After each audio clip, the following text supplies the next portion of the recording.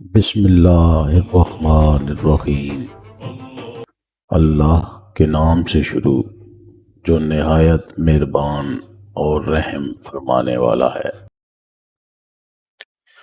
रसूल अकरम सल्लल्लाहु अलैहि वसल्लम ने फरमाया, बाएं हाथ से मत खाओ क्योंकि शैतान बाएं हाथ से खाता है।